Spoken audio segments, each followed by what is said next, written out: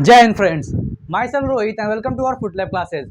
आज के इस लेक्चर में हम लोग पढ़ेंगे लॉ ऑफ डोमिनेंस और एंड लॉ ऑफ सेग्रीगेशन के बारे में, जो क्लास 12 का एक मोस्ट इंपॉर्टेंट टॉपिक है। जेनेटिक्स से रिलेटेड टॉपिक है ये। तो आइए समझते हैं लॉ ऑफ डोमिनेंस या लॉ ऑफ सेग्रीगेशन किसे बोलते हैं। तो आइए स्टार्ट करते हैं लॉ ऑफ डोमिनेंस क्या है। तो देखिए, मेंडल ने क्या किया था, मेंडल ने पी के ऊपर एक एक्सपेरिमेंट किया था जो मोनोहाइब्रिड क्रॉस से रिलेटेड था। तो मोनोहाइब्रिड क्रॉस करने के बाद उन्होंने कुछ लॉ लाया जिसको बोलते हैं लॉ ऑफ डोमिनेंस, और सेकेंड लॉ क्या है, लॉ ऑफ सेग्रीगेशन है। तो आइए जानते हैं लॉ ऑफ डोमिनेंस क्या है। तो लॉ ऑफ डोमिनेंस में उन्होंने किसके बारे में बात किया था? सबसे पहला हम लोग किसके बारे में बात कर रहे हैं? लॉ ऑफ डोमिनेंस के बारे में। Law of dominance, law of dominance का मतलब क्या होता है? सबसे पहला इसमें पॉइंट क्या है लॉ ऑफ डोमिनेंस में? Characters are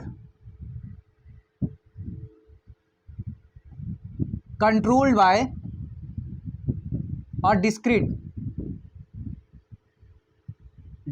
unit. Character are controlled by discrete unit called factors. ये पहला पॉइंट है लॉ ऑफ डोमिनेंस का पहला point. Characters are controlled by a discrete units called factor. यानी मेंडल ने क्या बताया था कि जो भी कैरेक्टर्स होते हैं वो कैरेक्टर किसी एक डिस्क्रीट यूनिट की वजह से क्या होते हैं, रिस्पॉन्सिबल होते हैं। उसको उन्होंने नाम क्या दिया था? फैक्टर्स नाम दिया था। फैक्टर्स को बाद में हम लोग क्या बोलते हैं? जीन बोलते हैं। इस टाइम इसको हम लोग क्या बोलते हैं? जीन बोलते हैं।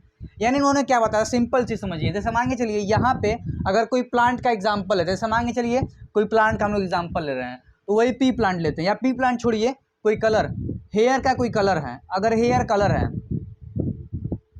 किसी इंडिविजुअल के अंदर, किसी ह्यूमन के अंदर हेयर का कलर है, तो हेयर का कलर रिस्पॉन्सिबल हेयर का कलर किस पे डिपेंड कर रहा है? उसके फैक्टर पे डिपेंड कर रहा है। यानी किस टाइप इस ह्यूमन का कलर होगा, ब्लैक होगा या ब्राउन होगा, वो किस पे डिपेंड करेगा? उसकी जीन पे, यानी उसके फैक्टर पे डिपेंड करेगा। तो किस पे डिपेंड कर रहा है? ये उसके फैक्टर पे डिपेंड कर रहा है। यानी जो फैक्टर होता है, जो भी कैरेक्टर होता है किसी चीज़ का, वो किस पे डिपेंड करता है? उसके फैक्टर पे, जिसको इस टाइम हम लोग क्या बोलते हैं? जीन। नहीं समझ तक बार फिर से समझिए। जैसे मान के चलिए कोई पेरेंट्स हैं, ये पेरेंट्स से क्या हुआ? प्रोजनी, यानी उसके बेबी में, पेरेंट्स से उसके बेबी में कुछ सिमिलैरिटी होंगी। यानी ये जो बेबी यहाँ पे है अपने पेरेंट्स से क्या होगा? कुछ सिमिलर होगा। यानी इसका कैरेक्टर क्या कर रहा है? कुछ सिमिलर कर रहा है पेरेंट्स से। तो जो सिमिलैरिटी है, कैरेक्टर है, किसके वजह से सिमिलर है? तो वो फैक्टर की वजह से सिमिलर है, जिसको हम लोग क्या बोलते हैं? जीन बोलते हैं। पहले मेंडल ने उसको फैक्टर बोला था, अब क्या बोलते हैं? इसको जीन बोलते हैं। ये लॉ ऑफ डोमिनेंस का पहला पॉइंट, यानी characters are controlled by a discrete units called factor. ये हो गया पहला पॉइंट।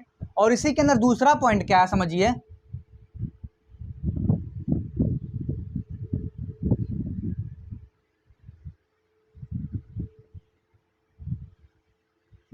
इसका दूसरा पॉइंट क्या है?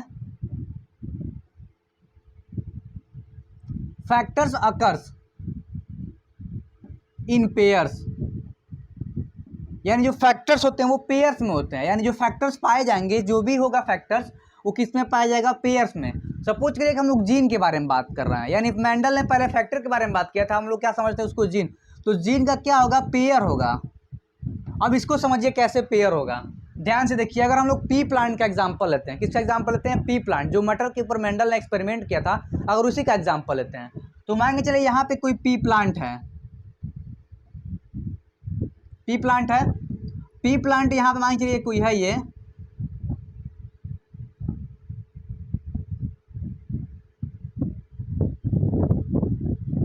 पी प्लांट है। तो पी वाला, इसका पी का क्या हम लोग ले रहे हैं? हाइट ले रहे हैं, इसका हाइट। अगर इसका हाइट लेंगे तो हाइट भी हम लोग पहले पढ़ चुके हैं, किसके ऊपर रिस्पॉन्सिबल होगा? तो फैक्टर्स के ऊपर रिस्पॉन्सिबल होगा। तो जो फैक्टर्स होते हैं वो हमेशा पेयर में होते हैं। मान के लिए इसका हाइट, तो हाइट का जो जीन होगा, अगर हाइट का वाला जो जीन होगा वो भी किस में होगा? पेयर में होगा। यानी जो हाइट वाला फैक्टर होगा क्या होगा? पेयर में होगा। उस पेयर को हम लोग बोलते हैं एलील बोलते हैं। इसको क्या बोलते हैं?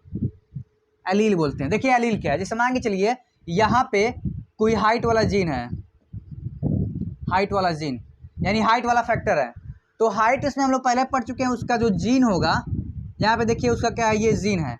तो जीन इसमें पेयर में होगा। अगर मान के चलिए कैपिटल टी टॉल के लिए है तो स्मॉल टी किसके लिए होगा, शॉर्ट के लिए होगा।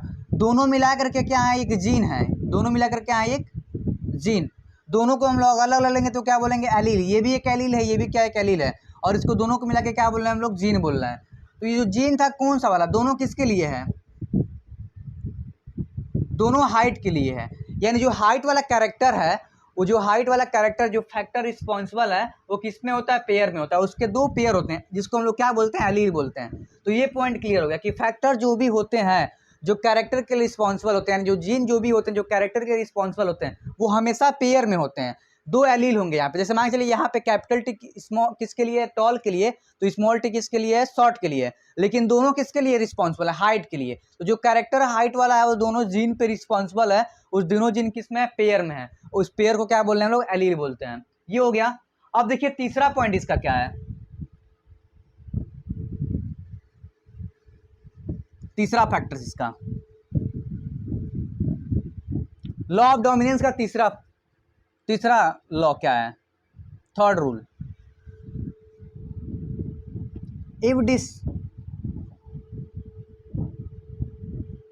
डिसिमिलर फैक्टर, यानी फैक्टर जो है या जीन जिसके बारे में हम लोग बोल रहे हैं, अगर डिसिमिलर है तब क्या होगा, अगर डिसिमिलर है तो उसमें एक जो होगा डोमिनेंट होगा, एक डोमिनेंट होगा और दूसरा क्या होगा, रेसेसिव होगा। ठीक, यानी जो भी अगर फैक्टर है, जो फैक्टर जीन रिस्पॉन्सिबल है, जीन हम लोग पढ़ चुके हैं कि पेयर में होते हैं, तो दोनों पेयर में से कोई एक क्या होगा, एक दोनों पेयर में से एक क्या होगा, डोमिनेंट होगा और दूसरा क्या होगा, रेसेसिव होगा। अब देखिए डोमिनेंट और रेसेसिव क्या होता है। अगर प्लांट का एग्जांपल लेते हैं, जैसे हम लोग पढ़ चुके हैं कि टॉल पी प्लांट होगा तो उसके लिए क्या होगा, कैपिटल टी होगा, और शॉर्ट होगा यानी ड्वार्फ होगा, उसके लिए क्या होगा, स्मॉल टी। तो यहाँ पे तो सिमिलर फैक्टर हैं, कैपिटल टी यहाँ पे भी है और स्मॉल टी यहाँ पे भी सिमिलर फैक्टर हैं। लेकिन अगर कोई प्लांट ऐसा आ गया, और मान चलिए यहाँ से कोई प्लांट आ गया,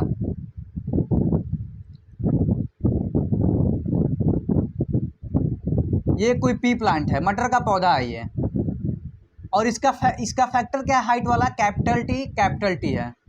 इसी प्लांट से एक और प्लांट आया है,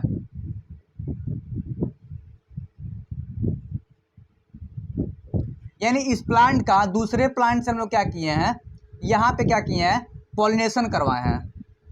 ये दूसरा जो प्लांट है यहाँ पे, इससे क्या किया हम लोग, पॉलिनेशन करवाए। ये वाला प्लांट कैसा है, शॉर्ट है, स्मॉल टी शॉर्ट है। जब पॉलिनेशन हुआ है तो इससे जो सीड बना है, उस सीड को जब हम लोग ग्रो करवाए हैं, तो यहाँ पे एक ऐसा प्लांट आया है जिसका क्या है, जिसका फैक्टर क्या है, कैपिटल टी और क्या है, एक स्मॉल टी है। लेकिन ये प्लांट कैसा है, जैसे यहाँ पे प्लांट कैसा था, लॉन्ग था, टॉल था ये वाला प्लांट, और ये वाला कैसा है, शॉर्ट है। लेकिन यहाँ पे दोनों कैरेक्टर आ चुके हैं, दोनों के क्या आ चुके हैं, जीन आ चुके हैं, कि स्मॉल टी आया कि क्या कैपिटल टी आया है। तो यहाँ पे क्या होगा, बता रहा है इफ डिसिमिलर फैक्टर, अगर डिसिमिलर फैक्टर, यहाँ पे फैक्टर क्या है, डिसिमिलर, एक कैपिटल है और एक क्या स्मॉल है, तो इस केस में क्या होगा, एक डोमिनेंट शो करेगा, दूसरा क्या करेगा, रेसेसिव।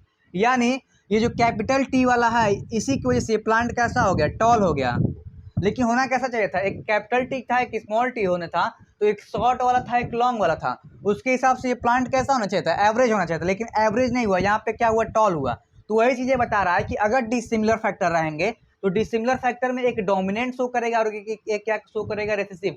डोमिनेंट का मतलब होता है जो जीन एक्सप्रेस कर दिया, तो ये वाला जीन टॉल के लिए था, यहाँ पे टॉल के लिए ये वाला है, और स्मॉल टी किसके लिए, शॉर्ट के लिए।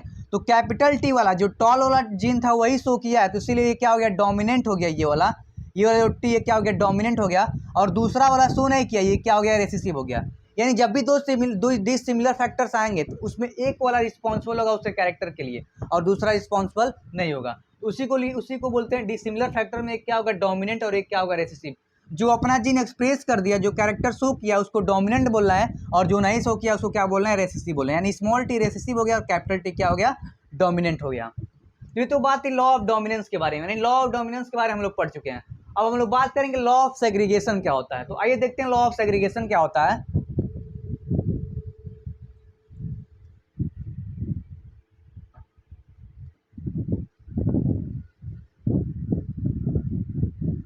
अब दूसरे के नंबर बात करेंगे हम लोग, कौन सा, लॉ ऑफ सेग्रीगेशन।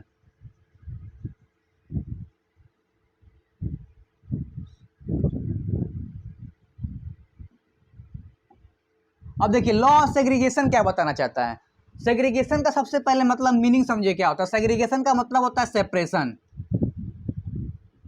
सेपरेशन मतलब अलग होना, यानी सेपरेट होना।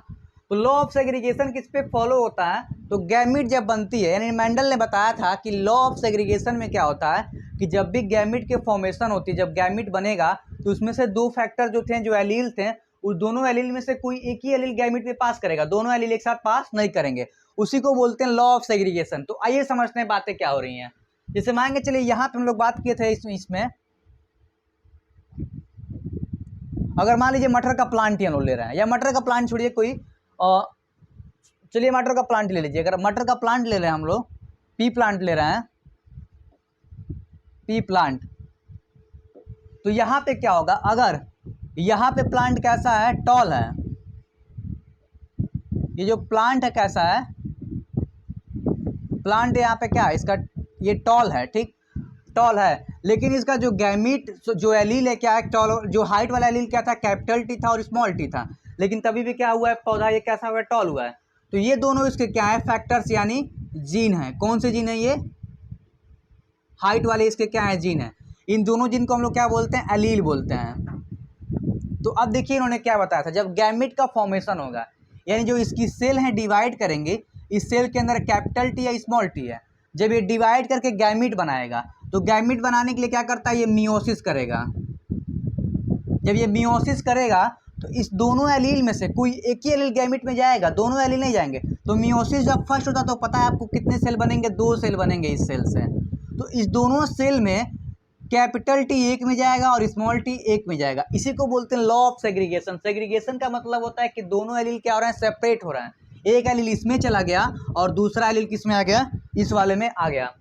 इसको बोलते हैं law of segregation. Like segregation का मतलब होता है सेपरेशन। तो उन्होंने बताया था कि जब भी गैमीट बनेगा तो दोनों एलील में से कोई एक ही एलील क्या होगा, गैमीट के अंदर जाएगा। अब यहाँ से मियोसिस सेकेंड होगा, तो मियोसिस सेकेंड आपको पता ही है कि एक सेल से क्या बनती है, 2 सेल यहाँ बन जाएगा, इसमें भी कैपिटल टी आएगा और इसमें भी कैपिटल टी आएगा।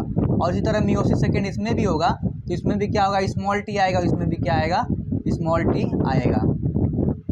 यानी उन्होंने बताया कि जब भी सेग्रीगेशन होता है, यानी सेपरेशन, जब गैमीट का फॉर्मेशन होता है, तो गैमीट में फॉर्मेशन में क्या होता है, जो दोनों एलील थे उसमें से कोई एक ही क्या होता है, एक गैमीट के अंदर जाता है। इसको बोलते हैं लॉ ऑफ सेग्रीगेशन। तो ये था law of dominance and law of segregation. I hope ये लेक्चर आपको समझ में आया होगा, और अगर ये लेक्चर आपको समझ में आएगा तो प्लीज़ इसको लाइक, सब्सक्राइब और शेयर जरूर करें। थैंक यू, जय हिंद।